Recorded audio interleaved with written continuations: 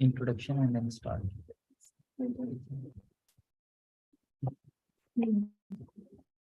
Hare Krishna, Mataji. Hare Krishna to all devotees. So today we have a very quick portion that Shiromani Mataji has. So most of us already know Mataji. We have Mataji and Prabhuji around very much lot of time. So just a brief introduction before we start JSS by Mataji. So Mataji was brought up in Kuwait and then she moved to India, Manipal, for her further studies. And Mataji got initiated in 2003 and was involved in preaching, started preaching in Manipal University since 1999. And till date, she is preaching in multiple universities. And she moved to Sridham Mayapur along with her husband and family in 2006. Mataji has 2 kids and she is training them in studying Bhagavatam, distributing books, and so also Mataji is guiding so many girls. I also had that personal realization that whenever she visits Delhi, she always comes Delhi teaching programs. Also, whenever we visit Mayapur, she always guides so many girls online, offline, both ways. And Mataji and Prabhuji both are engaged in serving Guru Maharaj always. So when Guru Maharaj was here in Delhi several years back, so was staying in Mataji's place, and Mataji and Prabhuji both are engaged in serving Guru Maharaj. So we have very good opportunities, great opportunity today to hear pastimes of Guru Maharaj from Mataji. Thank you so much, Mataji. Please accept our humble obeisances. Hare Krishna. Thank you very much. Hare Krishna, Dandavat Pranam, Mataji. Namo Vishnu Padaya Krishna Prasthaya Vishnu Pujaya Swami Jayapataka Swami Bhagavatam Vishnu Padaya Krishna Prasthaya Vishnu Swami Namaste Saraswati Devi Gauravani Pracharini Sheshunyavadi Shyatishtarine Shri Krishna Caitanya Prabhu Nityananda Shri Advaita Gadadhara Shri Vasadi Gauravani. Hare Krishna, Hare Krishna, Krishna Krishna, Hare Hare, Hare Rama, Rama Rama. So first of all, my gratitude to Anadi Jagannath Prabhu for starting this, and then to Mataji, Siromani Mataji for continuing it, and of course Sadhguru for assisting with all this. So the name of this talk is written as the Inconceivable Stroke of Lord Chaitanya's Mercy. So this was a statement that was made by His Holiness Radhanath Maharaj when Guru Maharaj had the stroke. So that's why the title. So basically, since I spent more time with Guru Maharaj then, I thought I could speak about my pastime, Guru Maharaj's pastimes at that time. And just a little bit like a brief, like background, how I ended up. So basically, when Guru Maharaj was admitted in the hospital in Bombay in 2008, when he had the stroke in October, I was there. I was working in Bhaktivedanta Hospital that time. And I was working in Bhaktivedanta Hospital because a few months before that, Guru Maharaj himself had told me that I should go and work in Bhaktivedanta Hospital to get experience and then work in Mayapur Hospital. So I was there because of Guru Maharaj, and I was already living in Mayapur. So also it was my husband who pushed me to go to Bombay because it was not easy for me to leave Mayapur. So my gratitude to both of them, because I wouldn't have been in Bombay that time.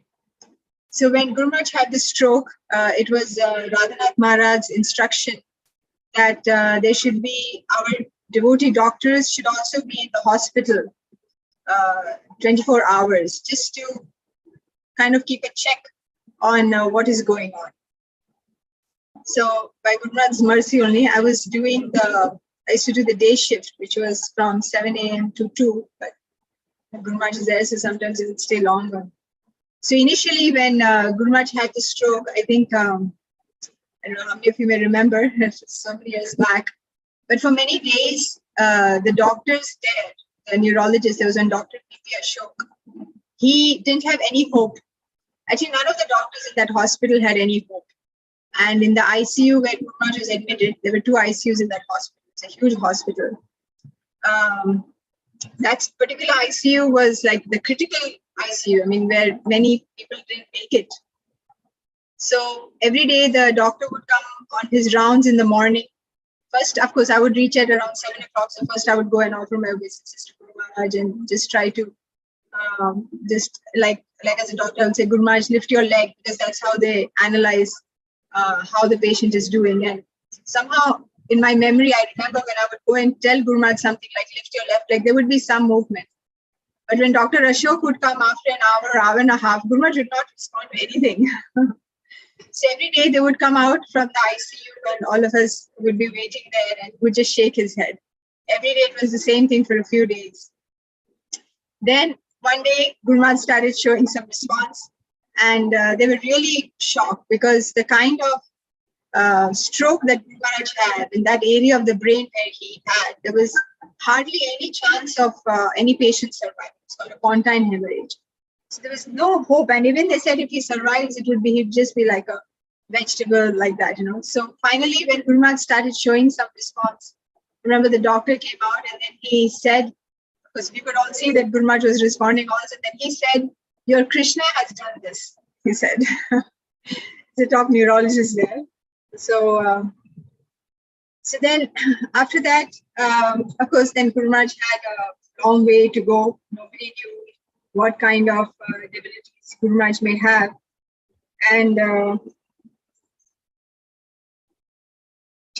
we have written down because it's so many years back. So when Guru Maharaj started opening his eyes, of course, Guru Maharaj couldn't talk because he was on the ventilator. So there were tubes, and there were tubes everywhere. And Guru Maharaj was not like fully conscious. He was on medications and because of the stroke itself and being in the ICU. So he would just like open his eyes for some time. So the servants decided that one way to get Guru Maharaj to communicate was to use an alphabet chart.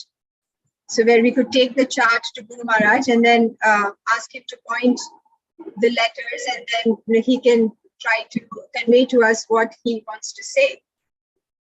So because I was the doctor, I could easily go inside the ICU. So I went in with one of the servants, and that was the first time that we took the alphabet chart to Guru Maharaj, and we asked him if he wanted to say anything. And so slowly Guru Maharaj started pointing his fingers to the letters. So of course it took very long. It's not like Guru Maharaj, as we know now, his hand is weak. That time also it was weak, but we didn't know how weak, which hand, everything. So something he would just lift and very, very slowly try to go over the chart. So H. So this is what he spelled: H-A-R-I-B. Then I said, oh, Guru Maharaj was saying Hari Bol. Then he said, he kind of nodded his head and saying, you're saying Hari Bol to tell the devotees all over the world. He said, yes, he nodded his head. So that time, in that moment, it really struck me that how Guru Maharaj is still thinking of others only. Because every day we would, the servants would also, this person's servants, they would read to him that the letters and the messages that were coming from different devotees. So Guru Maharaj was saying Hari Bol to encourage everybody. Guru Maharaj is still on the ventilator and everything. So that was the first thing that I remember that Guru Maharaj felt. So then like that, his recovery was going on, and very, very slowly actually. And many senior devotees were coming to see Guru Maharaj. And there was one point when we were trying to remove Guru Maharaj off the ventilator. It was taking very long because Guru Maharaj could not manage. It took a few days actually. So every day devotees would be praying. So remember, Devamrit Maharaj came and he told Guru Maharaj, your breathing is the breath of the Sankirtan movement. You have to breathe on your own. It was very encouraging. And whoever came to see Guru Maharaj, I mean, Guru Maharaj's godbrothers, they would all encourage Guru Maharaj that now you stay in Mayapur and write about Caitanya Mahaprabhu, because only you can do it. They would all tell him, now you just write. And that is what Guru Maharaj is doing now, the Caitanya book. But remember that time everybody would tell Guru Maharaj, you just write all the pastimes of Caitanya Mahaprabhu. I'm not sure if Guru Maharaj had started it before, but I know that time it was really reinforced. And So anyway, some of the things that I remember, like personally with me, once when I went to see Maharaj, she was still on the ventilator and still like in a very difficult situation. And it was maybe 2 o'clock in the afternoon, and maybe by then Guru Maharaj was talking, but somehow he asked whether I had lunch. And then also I was thinking that Guru Maharaj is not even able to eat. He's eating through the Ryle's tube, and they're just putting something inside the mouth, and he's still checking whether I had eaten. I had not eaten by then, but there was another devotee, and he said that we're going to go and take lunch now. So Guru Maharaj was very always thinking about others only. Then I also remember that sometimes my mobile would ring, and it was just a regular Nokia tube those days, 2008. So then Guru Maharaj told me at least 3 times I should have a Hare Krishna tune as my ringtone. I should not have something. So I changed it, and now also I have a Hare Krishna tune as my ringtone. So, from the Bhaktivedanta hospital, we would have the ICU specialist intensivist coming to see Guru Maharaj, Dr. Shamlal Prabhu. He would come every other day to see Guru Maharaj. Besides us who were there, the 24 hours, who basically we had to just report to the Bhaktivedanta hospital specialist what was going on. So he would come every other day and keep a check. And once he came, and he had not had much interaction with Guru Maharaj prior to the stroke. So anyway, so Guru Maharaj was on the bed, and actually that time Guru Maharaj told him that I want to get up and walk. And Guru Maharaj was already weak. He didn't know that time that he couldn't walk. And we were also seeing, but so the doctor just told him, okay, you get up and walk. And then Guru Maharaj tells us in many of his lectures that, so that time he actually tried to get up and he realized he couldn't get up. It was quite, of course, for Guru Maharaj, nothing was shocking. He just accepted everything, just like, okay. Guru Maharaj is like that with everythh. When Guru Maharaj realized, like even now, actually Guru Maharaj cannot see clearly. His eyeballs are fixed. Actually, Guru Maharaj can't move his eyeballs to the side. He has to move his full head. And also he had blurring that time. So slowly, Guru Maharaj was able to, was realizing what all was not okay with him. So like he realized his face had become stiff. Guru Maharaj's one side is weaker. Then his eyes were not moving. Then he was seeing everything double. So he would tell the doctor in the morning, and the doctor would just say, yes, it's just part of it. And that's it. Guru Maharaj would just, that's it. He would not say, oh, what happened? Nothing. Never. Guru Maharaj never said that. So when I was talking about this Dr. Shamlal Prabhu, so another day when he came, and by then Guru Maharaj was better, he was talking and all, but he was still in the ICU because he still had a long way to go. So the way he was interacting with, the way Guru Maharaj was talking to him and all, then Prabhuji, he told Guru Maharaj that I've seen so many patients in the ICU, and I have not seen anybody so positive like you, so happy and so, that's what he was just trying to say, that usually patients are very depressed and like that in the ICU. He said, I've never seen anybody like you. And Guru Maharaj told him, my blood type is B positive. That's all. So the doctor was even more like, oh, sorry. Guru Maharaj just answered, I'm B positive. No, B positive all the time, like that. He just said my blood type is B positive. So he was even more, anyway, confirmed even more. So also we would still among ourselves, usually when you go to somebody in the ICU, you have to uplift them and console them and all. Here it was always the opposite. Guru Maharaj would be taking care of us, telling us, and make us feel very cheerful, even though the situation was the way it was. Guru Maharaj like that. And then towards, as time was going and Guru Maharaj was getting better, he was off the ventilator, but they left the tube there, like just in case he may need the ventilator again. And he was still on the feeding tube. And he's had a tube here also. He had, for passing urine, he had a tube. So many tubes were there. So on one of the days, the ICU doctor came for rounds. His name was Dr. Hegde, very senior doctor in that hospital. But he's a very stiff fellow, actually. He was like he would hardly talk, and he would hardly, I've never seen him smiling. Only one time, what happened is when Shamlal Prabhu and me were there in the hospital, and something was there in Guru Maharaj's reports, and then we told him we want a specialist to see Guru Maharaj. He shouted at us, like, what do you think? I'm just an intern or what? That was the only time I heard him. And he shouted at us. The whole ICU heard him. So this person who hardly, he doesn't talk and never smiles also. So when he reached Guru Maharaj's bed, Guru Maharaj asked him, how are you? He immediately laughed. He's like, I'm supposed to ask you that, he told Guru Maharaj. You're asking me how I am. My voice is fluctuating. Okay, 1 second, let me get the headphones. Did it start fluctuating now or all the time? Yes, since starting it was. It was all the time, Mataji. Okay. Mhm. Let me get it.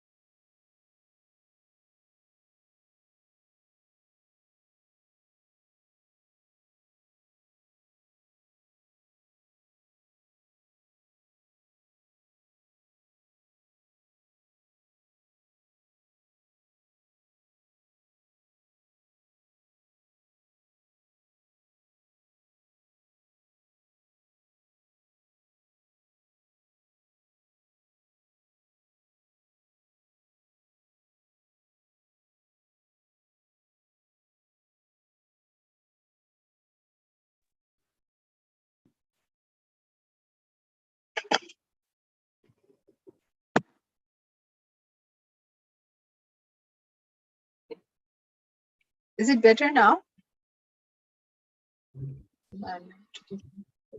Okay, maybe I should speak for some time, right? Does it sound better or? Yeah, sounding better. Yes. Okay. Okay. So, sorry, I hope you were able to hear whatever I said so far. Anyway.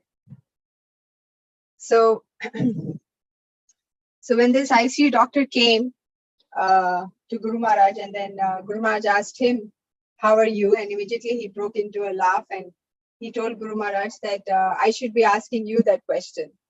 And then Guru Maharaj told him that he wants to get out soon. And he told Guru Maharaj that I put you on the slowest track because we want to be very careful with you because you have come a long way. And in his classes later, Guru Maharaj would always say this. He said, the doctor put me on the slowest track of recovery. Guru Maharaj was very eager to be, finish things fast. And Guru Maharaj just wanted to go out and preach again. So then gradually the Guru Maharaj was better, and then they started doing physiotherapy for Guru Maharaj. And so one day the physiotherapist came and she made Guru Maharaj sit. He was having difficulty even just sitting straight. So she told him, you just hold the table and try to sit straight for 10 minutes. And Guru Maharaj would keep falling like that. So anyway, so Mahavira Prabhu was keeping time. Guru Maharaj has to sit straight for this much time. And he was encouraging Guru Maharaj, come on, Guru Maharaj, you can do it. And Guru Maharaj said that time, he said, Mahavira Prabhu saying, come on, you can do it like that. And then Guru Maharaj said, this is the Olympics for the paraplegics. And he started laughing. So Guru Maharaj would always make his whole situation very light. Just saying, this is the Olympics for paraplegics and trying to, like he's trying to win, like that. So, and Guru Maharaj is very eager to do his physiotherapy and like I said, get out. So even in the physiotherapy department, they would all say, everybody said that they have not seen anybody like Guru Maharaj who's so enthusiastic, who's so positive and just wants to recover very fast. And you could clearly see the difference between Guru Maharaj and the others. Even in the ICU, the other patients, they were like, so lifeless. And but Guru Maharaj was very different. In the physiotherapy department, others also, they were just struggling to do, but Guru Maharaj was so enthusiastic. all the in the morning when the shift would start for the lift operators and the nurses and all, they would come to Guru Maharaj in the ICU, even when Guru Maharaj was in a coma. They would come to the ICU, offer respects to Guru Maharaj, and then they would go and start their work. Every morning they would come and offer their respects to Guru Maharaj.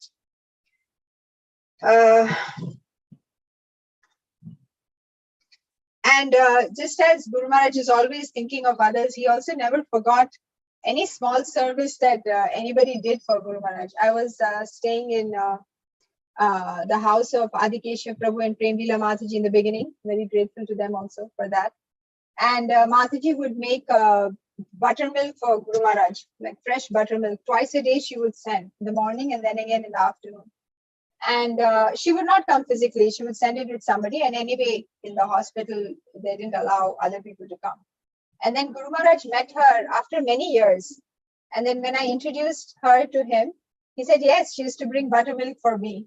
So Guru Maharaj didn't forget after so many years. I also remember Guru Maharaj wanted pomegranate juice. I used to make in the ICU waiting room, just break the pomegranate and squeeze it in a cloth and give it. That also Guru Maharaj would remember later, and he would tell his servant, make pomegranate juice the way she used to make. I think it depended on the pomegranate because there's no other method to do it. But he would keep telling that person, no, make it that way. So Guru Maharaj didn't forget, even though these are apparently such small things. And then after that, after the stay in Hinduja, Guru Maharaj went to Bhaktivedanta Hospital. So for about 2 months, he was in Hinduja Hospital. And then in Bhaktivedanta Hospital, he was there and in his own room. And it was very comfortable for Guru Maharaj in Bhaktivedanta Hospital. And in Bhaktivedanta Hospital, of course, the doctors would come to see Guru Maharaj. If there was anything, the doctors would come. Then at one point, Guru Maharaj was joking and asking the doctors, do you have any nurses in this hospital? Because I don't see any nurses. Only the doctors come to treat me. Because in Hinduja Hospital, it would be only the nurses who would keep coming. It was very difficult or rare to see the doctors. Whereas in Bhaktivedanta Hospital, because it's Guru Maharaj and most of the doctors are devotees, they would come and see Guru Maharaj. And in Bhaktivedanta Hospital is where that famous Pune trip took place. So every year, I think, they have a Pune Yatra in January. So once when it was in January, I think, so Radhanath Maharaj had just landed back in India or something. So he had called Guru Maharaj from, I think he was on the way from the airport, something. Anyway, he phoned Guru Maharaj just to ask him how he was doing and all that. And then Radhanath Maharaj told Guru Maharaj that we have Pune Yatra and some 5,000-6,000 devotees, I'm sorry, I don't remember the number, but so many thousand devotees will be coming. And Guru Maharaj till that point had not gone out. The doctors are so careful with him, so careful with his blood pressure, because that's what caused the stroke in the first place. And so they're like really very, very, very careful with Guru Maharaj. So anyway, so when Radhanath Maharaj was speaking to Guru Maharaj, and he told Guru Maharaj, we would like to invite you to come. And Guru Maharaj said that, I don't know whether the doctors will allow here like that. And then he told Radhanath Maharaj that all these doctors are your disciples, indicating that if Maharaj tells them, then they have to allow. And Maharaj started laughing. So anyway, so after that, it started. Guru Maharaj kept saying that he wants to go to Pune and that Maharaj has invited him, so he has to go. And the main doctors, Shamlal Prabhu, Achitananda Prabhu, they were all like, how can Guru Maharaj go? His blood pressure, this, that, all so many things. They were just not agreeing to it. And like almost daily, it was going like up and down, up and down. Then there was a senior visiting doctor who used to come to Bhaktivedanta hospitals. It was Dr. Tilve. So he's not a devotee, but just he was a good, favorable person. And he was a big person. Actually, he had been practicing as a doctor for many years, and he would come as a consultant. So when he came, and our doctors would usually consult him for controlling Guru Maharaj's blood pressure, what medication to give and all that. So when he came, they told him, they said, he wants to go to Pune. How can we take him to Pune like this? So that Dr. Tilve, he told our doctors, he said, see, y'all are doctors. Y'all are happy. Your position is to be in the hospital. He's a preacher. His position is to be out there preaching. So he said, let him go. And that's when everything changed. He said, oh, Dr. Tilve said. And so then the news reached Guru Maharaj. And then they started making all the preparations to take Guru Maharaj to Pune, because they had to take him in an ambulance and all that. So anyway, all the preparations started. So by the time Guru Maharaj reached Pune, it was already like, must have been 7:38 or something like that. It was night. And so the idea was that Guru Maharaj would reach Pune and take rest. And the next day he would address the devotees. So when Guru Maharaj reached his house, I think that was that Madhav Prabhuji's house, when he went to the room, then so many Maharaj, Chandramoli Maharaj was there, Radhanath Maharaj was there, can't remember now, but they all came to see Guru Maharaj. And then Guru Maharaj asked what was the program that was going on. So they told Guru Maharaj that the next program was a drama by the devotees, and the drama was on how Lord Nrsingadev came to Mayapur, the deity, how the deity of Nrsingadev had come to Mayapur. So Guru Maharaj said, I want to watch it. There was no way that Guru Maharaj would miss such a drama, where one of the characters would even be playing Guru Maharaj. So anyway, so then,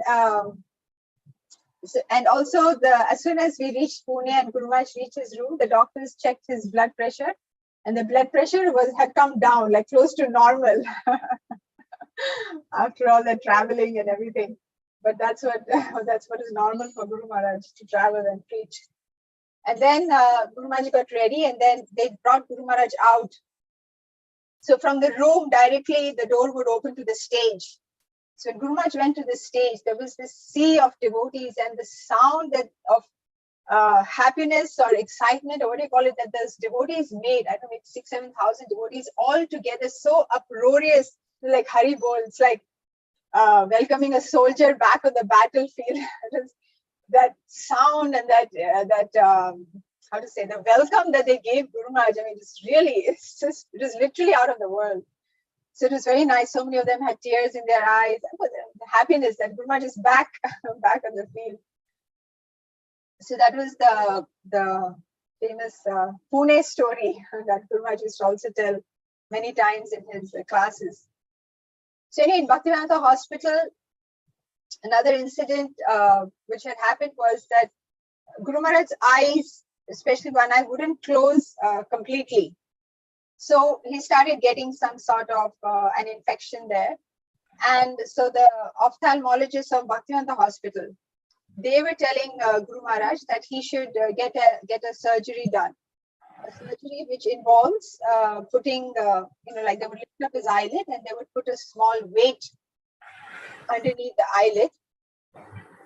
So that would help him to close his eyelid, and then the infection wouldn't take place. There's some sound. Okay.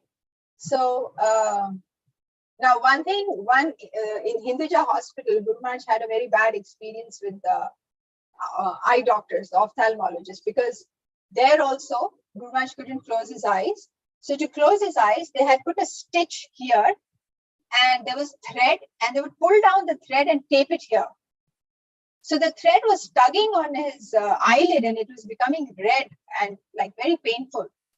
So many times Guru Maharaj would ask for the eye doctor to come and see him, and they wouldn't come. They would just say that, oh, the person who did it is on leave for 1 week, 2 weeks. Then after 2 weeks, oh, that person, the other department did it, not our unit, the other unit did it. It was causing so much disturbance to Guru Maharaj. I mean, at one point I said, I can just cut it, but then the other devotee doctor said, don't do it, they will just get upset with us. Anyway, so Guru Maharaj didn't have a good experience with eye doctors, and especially involving the eyelid and the pain and all. So he was not agreeing, but they somehow convinced him that he should do the surgery. And Guru Maharaj told them, you should write on a paper and sign it that if I'm not comfortable with it, you will reverse it. He actually wanted them to sign it because of the experience he had. So they said, yes, we'll do it. And they said that the morning of the surgery, the doctor who's supposed to do the surgery, he's a visiting doctor, he's a specialist in that. He would first physically see Guru Maharaj, and then Guru Maharaj would go to the operation theatre for the surgery. So Guru Maharaj finally agreed. He signed his forms, his consent forms. He had the doctors sign their form, whatever Guru Maharaj wanted them to sign. And then in the morning, that specialist doctor came to see Guru Maharaj. And as soon as he saw Guru Maharaj, he said, Guru Maharaj doesn't need this surgery. You can just put something externally. Those days, I think that was available only in the West. So he said, you can just put a weight from the outside. You don't have to put something implanted inside. So that way, the surgery didn't take place. And a few times, another time also, I saw something similar happen. That was in Hinduja. The doctor had left the ventilator tube, and Guru Maharaj didn't want that tube. He said, take it out, and they just wanted to be so careful with Guru Maharaj. They said, not now, we'll take it out tomorrow. Finally, that tube came out on its own, actually. It just popped out. And the intern who was there from Hinduja Hospital, she started panicking, and then she called the doctor, and the doctor came in and he saw, and he was laughing. He said, anyway, you wanted it out, so it came out. Like that. We saw a few incidents like that. So anyway, so Bhaktivedanta Hospital, there was one, so the main thing for Guru Maharaj was physiotherapy, because he was weak, and to get him to start walking again, and because he was in the ICU for so many days, the muscles had become weak. So he had to do very good physiotherapy, and Bhaktivedanta Hospital still has a very good physiotherapist. His name is Dr. Chako. He's like really good. He and his wife, Dr. Shruti Chako.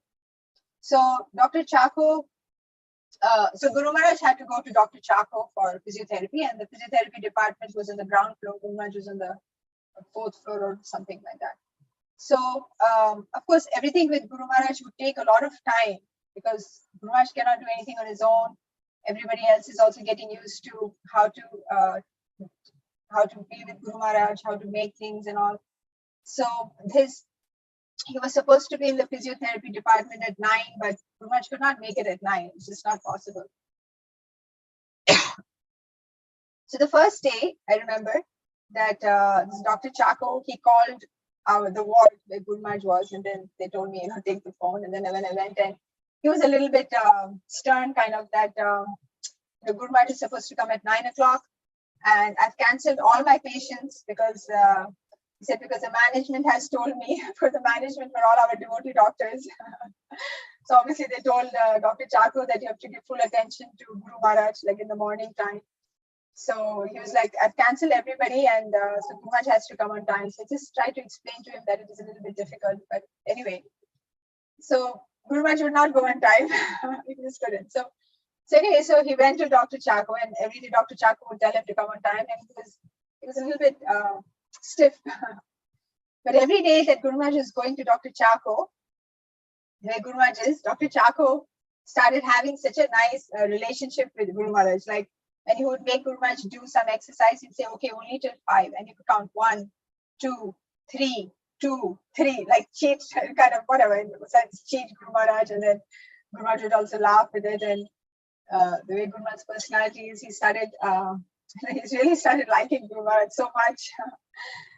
So much so that one day he wanted Guru Maharaj to go to one place which was 1 hour away in Bombay to get a particular leg apparatus. And he himself said that I will skip my OPD and I'll come with you all to that place. On his own, he said. And he was telling devotees in the car, he said, I don't know what has happened to me. I'm so attracted to him. And then when Guru Maharaj came back later, when Guru Maharaj came back to Mayapur, Dr. Chako and his wife made a visit to Mayapur also to see Guru Maharaj. So it was such a big change. And then Dr. Chako, when he was in Bombay, he himself arranged for Guru Maharaj to go for swimming where he was a member of a swimming pool. He took Guru Maharaj on a Sunday in the morning, and all the servants also went. And because Guru Maharaj liked swimming always, so he knew that. So it's just such a big change. And we're still in touch with Dr. Chako, actually. He's a very good physiotherapist. It's not like there was a lot of equipment, but he himself, the way he was making Guru Maharaj do physiotherapy and all, and pushing Guru Maharaj, and it was a very drastic improvement was there. So that is a big change with the. And then there is Bhaktivedanta Hospital has a spiritual care department. where you have devotees who go and basically preach to the patients.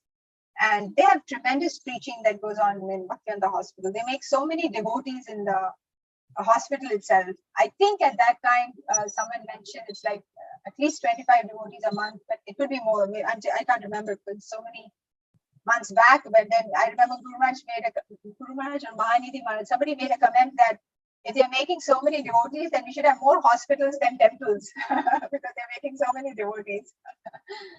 So the spiritual care, the Matajis, every evening, they take small deities of Jagannath, Baldev and Subhadra on a cart to every patient in the hospital. And the patient gets to offer flowers to the deities and they give them some prasadam, some dry prasadam like that. So when Guru Maharaj heard this, he was also very happy, that the deities will come in the evening. So the deities, every evening, the deities would come. And every day, Guru Maharaj would tell those Matajis to tell him one story of how they preached to somebody, how somebody became a devotee. And there were three sisters there. They were also Bengali actually. So I mean, they were so thrilled, like somebody is asking them every single day about their service, and they were so excited every day. They're going to tell one story to Guru Maharaj in the evening about their preaching. And then Guru Maharaj would tell these stories in his classes every day, so many stories. And such a like Guru Maharaj really touched their heart. Someone is asking in so much detail about our service, like that. And I also remember it was Nityananda Trayodasi. So Guru Maharaj could not go anywhere at that time. He was in the hospital only. So the devotees, I remember Ekanath Prabhu was there. So they decided to just celebrate in Guru Maharaj's room in Bhaktivedanta Hospital. And they have Gaurnitai deities in the hospital there. So they brought Gaurnitai, small but very, very beautiful Gaurnitai deities to Guru Maharaj's room. And they did a small drama. The drama was about the meeting of Lord Caitanya and Lord Nityananda in Nandanacharya's house. So Ekanath Prabhu was one of the persons who was trying to find where is Lord Nityananda, because Lord Chaitanya says to find him. No? So as he was doing the acting, that have you seen Lord Nityananda? Have you seen? So he went to Guru Maharaj also and asked, have you seen? Just like Guru Maharaj, very as though he's just part of the play, saying, no, I have not seen also. Just very naturally, just took part in the drama. Like, no, I have also not seen where he is. It was very spontaneous, but very, very, very sweet it was.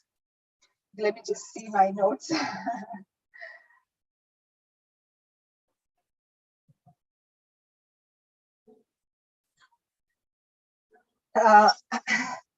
So evening time, Guru Maharaj had, there was a visitor's timing. So that time they allowed devotees to come to see Guru Maharaj. And maybe it was 6 to 7 or something like that, the timing. But I mean, Guru Maharaj used to be so tired those days, the medication, his condition and everything. So sometimes the servants would not wake up Guru Maharaj for the meeting. And Guru Maharaj would be so angry. He was tired, so the servants thought it is better he sleeps. But when Guru Maharaj would wake up, he would be so angry. Why didn't you wake me up? It's like it's that 1 hour for him to, devotees are coming and waiting to meet him and they're not waking him up. The other time also, I saw Guru Maharaj also so angry was, he was supposed to go for physiotherapy to the physiotherapy department. And this was in Hinduja Hospital. So it was some afternoon time. And Guru Maharaj wouldn't take rest because he knew that if he takes rest, he may not get up. But he wants to go for physiotherapy. He wants to start walking. He wants to start preaching. So he wouldn't take rest. So the servants assured him that, no, Guru Maharaj, you take rest. We'll wake you up because the physiotherapy department will give an appointment. You come at this time. So one day they didn't wake him up. And same thing, Guru Maharaj was so angry with them that how could you not, why didn't you wake me up? Why didn't you wake me up? Why did you switch off the alarm? They really got sauce for that. So Guru Maharaj is so focused on what he had to do. He just had to start walking again and start traveling and preaching. That's it. That is his focus. Another incident that happened in Bhaktivedanta Hospital was when Guru Maharaj just went there and Guru Maharaj had his team. So one of the devotees from the team actually complained to one of the doctors that y'all are not giving us good accommodation or not taking care of us. Something he said. Actually, it is not the doctor's job to give accommodation to Guru Maharaj's servants or anything. But anyway, so it came to Guru Maharaj's notice that somebody from his team has said like this to one of Radhanath Maharaj's disciples, complaining that they are not taking good care of them. And Guru Maharaj was so grateful to Radhanath Maharaj because the whole Kartik Yatra, that time was the Kartik was going on when Guru Maharaj had the stroke, and Maharaj was in Vrindavan with the Yatra, and in every place he would make the devotees pray for Guru Maharaj. Every single place, every single day, so many times a day, he would tell the devotees to pray for Guru Maharaj. And so Guru Maharaj had so much gratitude that Maharaj is, because of the prayers of the devotees and all, Guru Maharaj came out. So he was so upset. Guru Maharaj didn't sleep. He just didn't sleep the whole night because he was so disturbed by what this devotee had told. And so the next day, Madhav and Prabhu, who is the director of Bhakti in the hospital, he came. I mean, we told him how, or somebody told him that how Guru Maharaj is so disturbed that somebody from his side made a complaint like this. And so Madhav and Prabhu came to speak to Guru Maharaj. He told Guru Maharaj, he said, don't worry, we are all very thick-skinned. We don't get affected by these things. He's telling Guru Maharaj, it's not such a big deal that don't take so much this thing about it. So just seeing how, I mean, these different qualities of Guru Maharaj under every circumstance. And Guru Maharaj is also very particular about like cleanliness. I mean, these rules, like when Guru Maharaj was in the ICU, they had put pictures of the deities in the room. But Guru Maharaj was so conscious that supposing the nurse is coming and changing him or something, he was so particular that the deities should all be covered. I mean, even in that situation, Guru Maharaj is always just careful. I mean, everything as before, the same in whatever situation he was. He was so careful about all these things.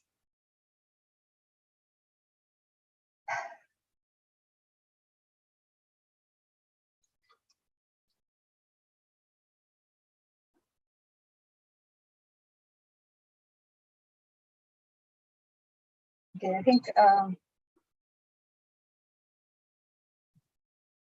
I mean, we just have one or two more things otherwise, because there are so many more to keep thinking. But so I also remember that when sometimes when I would go to see Guru Maharaj, somehow I had one sari which was a little bit saffron-like.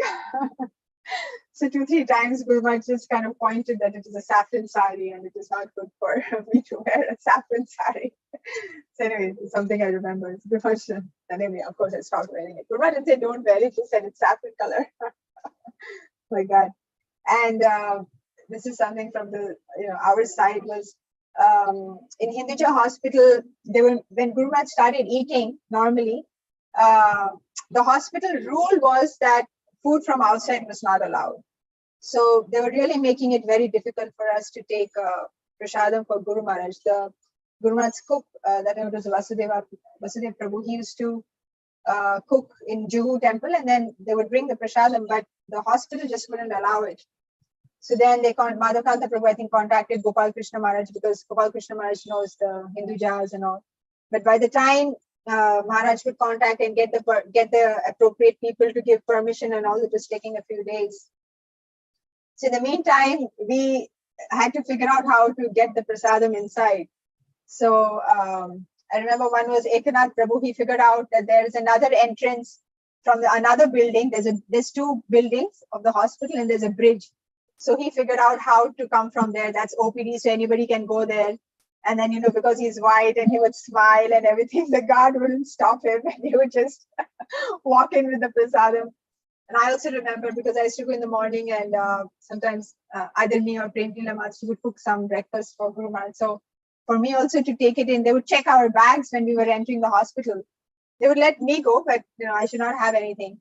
So I remember I started wearing a jacket, and inside the jacket, one place I had a box with sambar, one box with idli, one box with chutney, and then zip it up. No one's going to check, and then put a shawl on top. Bombay is never so cold, but anyways, it's an AC hospital. I feel cold or whatever. So they're not checked. So like that, we would take the prasadam inside and just do different things. Another thing I remember, Guru Maharaj is also very particular about the direction in which he would sleep. So when Guru Maharaj was being shifted to the room, he made sure that we would check the direction of the bed. And it was not in the right direction. I don't know which direction it was facing that time, but it was not south facing. So then he told, I mean, we had to make, finally the bed was like tilted like this so that it was in the right direction. But Guru Maharaj was very particular about it. Of course, the hospital people were saying, no, because they don't understand these things. Say, no, the bed has to be like this because of this, whatever. But Guru Maharaj also wouldn't compromise. So finally it was tilted this way, and then Guru Maharaj would take rest like that. And I think there's still 10 minutes more. I can think of more pastime. This is what I had jotted down. But if I think I can, I'm sure I can come up with some more things. Are there supposed to be any questions and all, or I just continue speaking if I remember more? Question है वो post भी कर Okay, Mataji. Meanwhile, we can ask devotees if they can put the questions on raised hand. Whoever has a question, or they can write on the chat, or then you can share 5 minutes more pastime. Okay. What I spoke in the beginning when my voice was chopping, I mean, were you all able to hear? Do I need to repeat anything? Or? It was. No, it was fine, Mataji. Okay.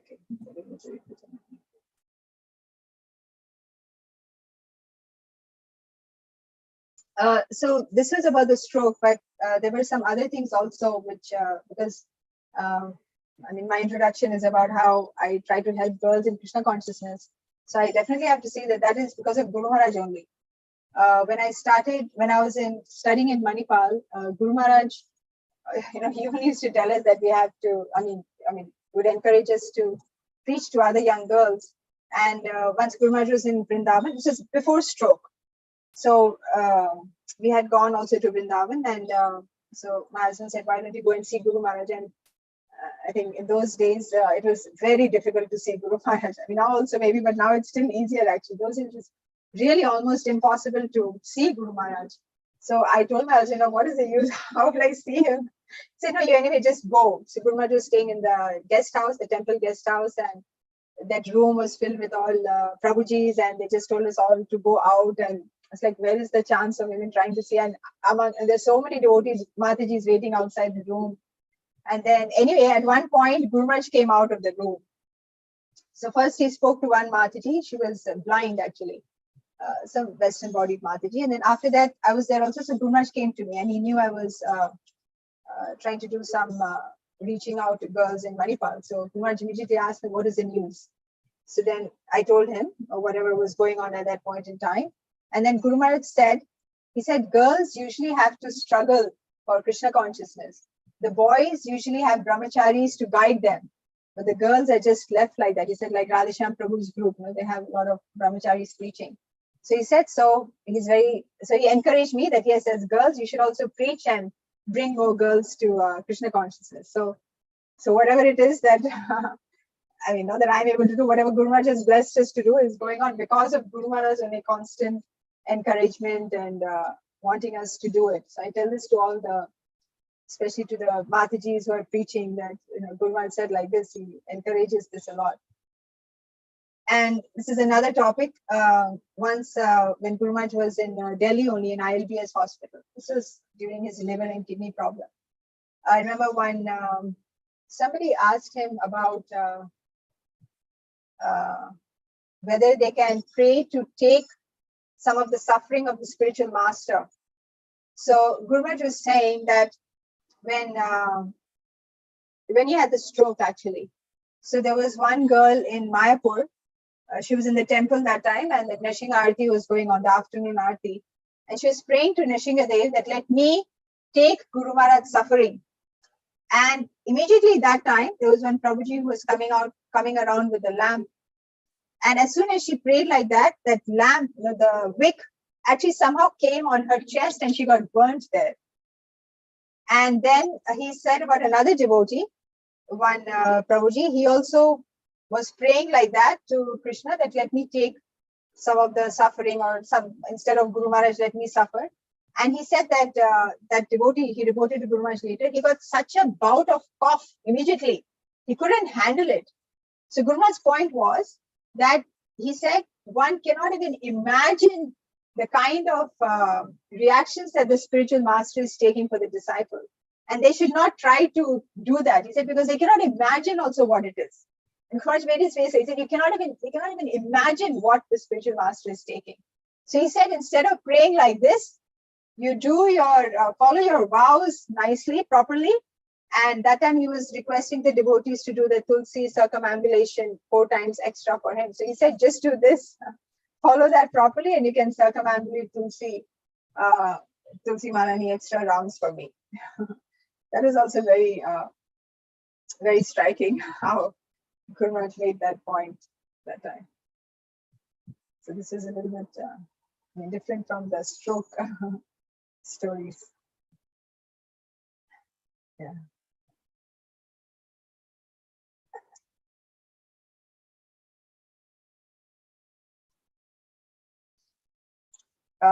There's no hands raised. So one other thing was when Guru Maharaj was in the ICU in Hinduja hospital, to keep him propped up and all, they would use so many pillows, so many pillows. So one time Guru Maharaj woke up and he said, it feels like I'm in pillow loka because I'm surrounded by so many pillows.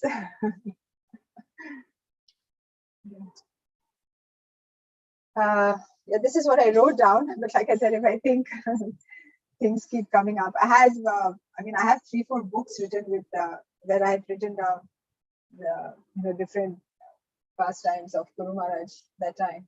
I also remember, that Guru Maharaj was getting better. Yamuna Mataji and Dinatarani Mataji, they had come to see Guru Maharaj also. It was really so heart-touching to see how his different god brothers, god sisters were coming.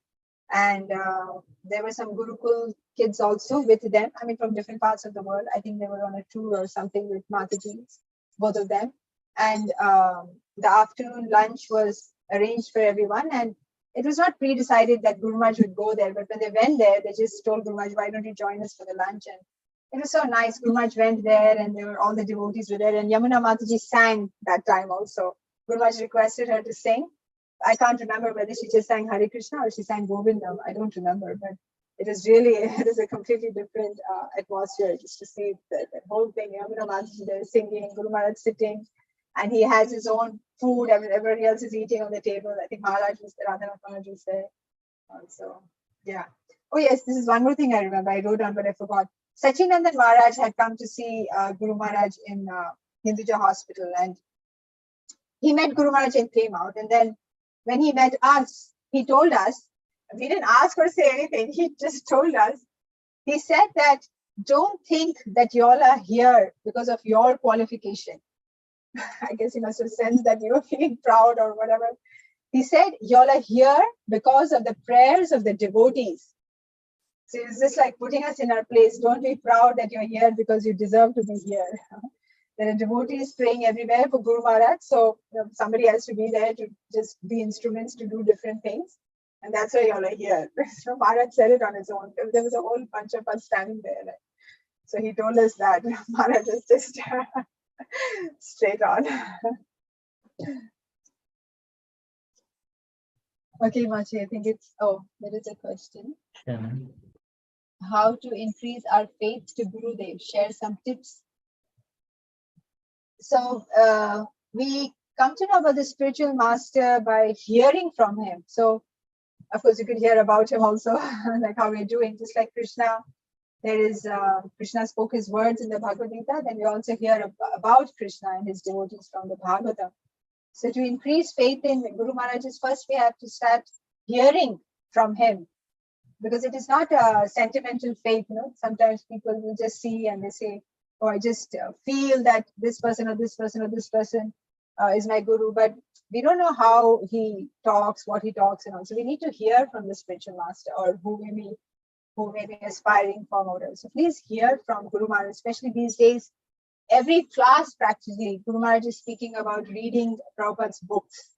And Guru Maharaj himself is saying he's doing the Bhakti Vedanta, and how he aced his exam and all.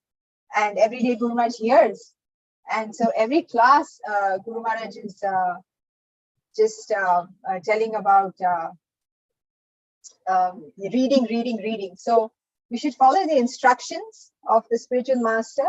That also increases our faith, because by following the instructions itself, we see how we are advancing in Krishna consciousness.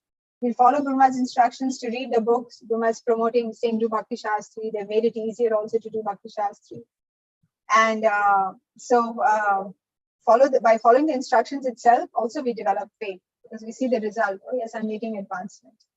And by whenever you get an opportunity to physically go and see him or serve him or hear from him, because now with the pandemic, we're so used to, post-pandemic, okay, everything is available on Zoom. So just sometimes you may even become lazy to go and see him when there's an opportunity. So we should never be lazy about that. Whenever there's a chance, if he's coming close by to where you are, just go and hear from him physically. Just see him. Just by seeing how he, in the middle of the class, also how he is, how he's dealing with others, the things he's talking. It's such a big difference when you see the spiritual master physically whenever you have the opportunity.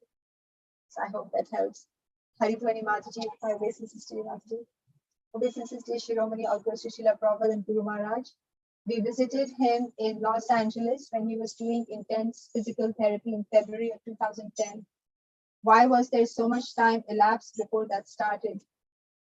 Do you know? So Guru Maharaj, in between, after Bhaktivedanta Hospital, he came to Mayapur. Then after Mayapur, he went to Coimbatore. There was an Ayurvedic center there, which was also very good. So, which helped him improve a lot. So along with Ayurvedic therapy, they were also doing physiotherapy. There was a trained physiotherapist coming from a nearby hospital, and he would give Guru Maharaj physiotherapy every day. So even though this thing of Guru Maharaj having to stay in after that Guru Maharaj should stay in one place and take physiotherapy and improve, it repeatedly kept coming up. But Guru Maharaj was so intent that he needs to travel and preach, and that he cannot stay in one place for very long. Finally, the GBC told him that you have to stay in one place and take physiotherapy. That's how Guru Maharaj finally agreed to be in Los Angeles and take the treatment, the intense therapy. He was there for quite a few months. First time, I think, that he was in one place for so many months. It's because the GBC instructed Guru Maharaj to do it, and then he did it. So otherwise, I'll have to still think more. But this is what I remember. Guru Maharaj was very reluctant to just stay in one place. He wanted to just go on preaching. So the GBC had to tell him. So he stayed. And that's what I can remember now from that time. I hope it helps.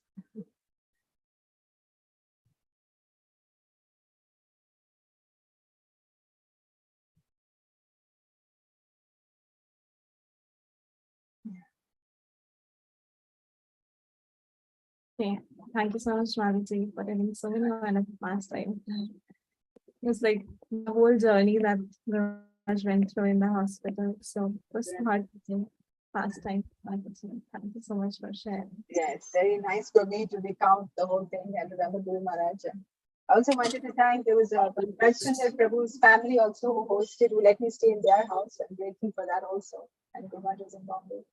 And so many devotees to be grateful for. But Hare Krishna Mataji, Dandvat Pranam. This is Anand Hari Krishna Das.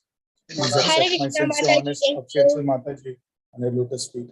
Thank you for a wonderful pastime shared of Guru Maharaj. We junior devotees, we neophyte devotees, really, this is how we get connected to Guru Maharaj. And yes, there are certain stories which you are sharing, Mataji. Those are in the book which has recently been published on Guru Maharaj from Milwaukee to Mayapur. So I've gone through that book. yes, But hearing from senior devotees like you, that gives further more pleasure. Thank you. Thanks a lot, Mataji. thank you, Guru. Thank you. Hare Krishna. Balram Prasad Prabhu.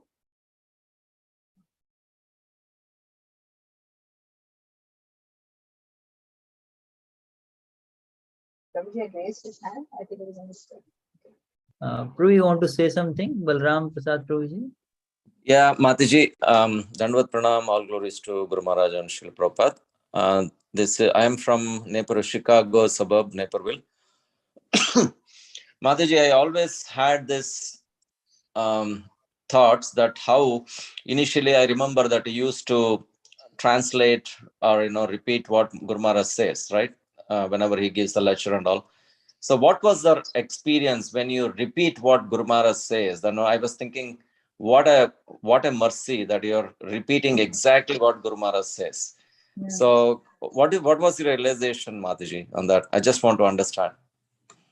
One was I developed so much attraction to just hearing from Guru Maharaj. It was just pure nectar which was coming. But I used to be so eager to just hear, because it's like really rapt attention. There is no other choice. And I could see the effect of hearing with that rapt attention. No? You develop so much more taste for hearing, and it was obvious that just being in Guru Maharaj and by His causeless mercy giving me that opportunity, I could see the difference that it makes in our consciousness when one hears from a pure devotee with such rapt attention. It was wonderful, and it was like how the Bhagavatam says the saffron dust particles coming from the devotees. It is that from Guru Maharaj's lotus mouth, the pastimes of the Lord. It's like just saffron dust particles falling like that. And yeah, this is something I wanted to mention, which I didn't write. Sometimes it was so funny. In one place, Guru Maharaj was giving a class, so I would repeat in English, and then there was a Hindi translator. So usually the translators, they would be a little bit nervous because first time they're maybe near Guru Maharaj or whatever it may be. So Guru Maharaj, one time I remember he told everybody you should chant Hare Krishna, Krishna Krishna, Hare Hare, Hare Rama, Rama Rama, Hare Hare. And then I repeated it, I guess. And then the Guru Maharaj looked at it and he said, translated. That person got a little bit, for just a second, he was a little bit bewildered. What am I supposed to translate? And then Guru would start laughing because he's telling him to translate the Maha Mantra. So that sometimes it would be very humorous. And then Guru would make some different kind of animated sounds. And then he would expect even the translator, if he's a Prabhuji, he would expect him to do the same thing. Sometimes Guru does that even now. You must just see that. So Mataji, what happens is when we read from Srimad Bhagavatam, it clearly says it has to be in the rapt attention. Yeah. So sometimes yes, sometimes no. But this is inevitable, and you're absolutely has to be rapt attention. Otherwise, you cannot even spell what he says. Exactly. So I don't know what that kind of. We have to be so fortunate, and you are so fortunate in that way. You had a direct service of Guru Maharaj. Really. Something Agnata Sukruti or something, Mataji. You're really fortunate. Thank you so much. Pray for us. Guru Maharaj's mercy on it. How is it possible? Yes, Pray for all of us. Thank you so much. Hare Krishna.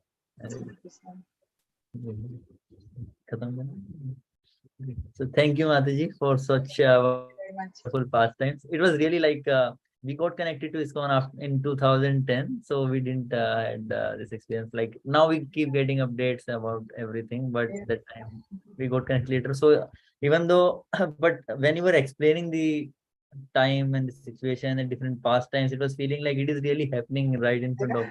And they were so nectarian, how Guru Maharaj is so much caring for others and how much he is focused on deities, talking to nurses.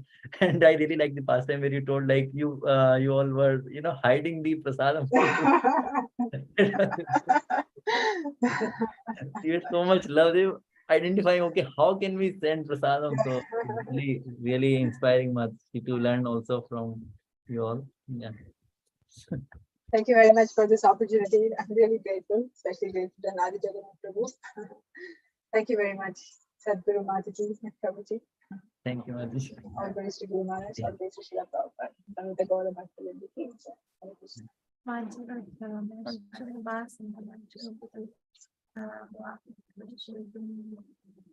Yeah.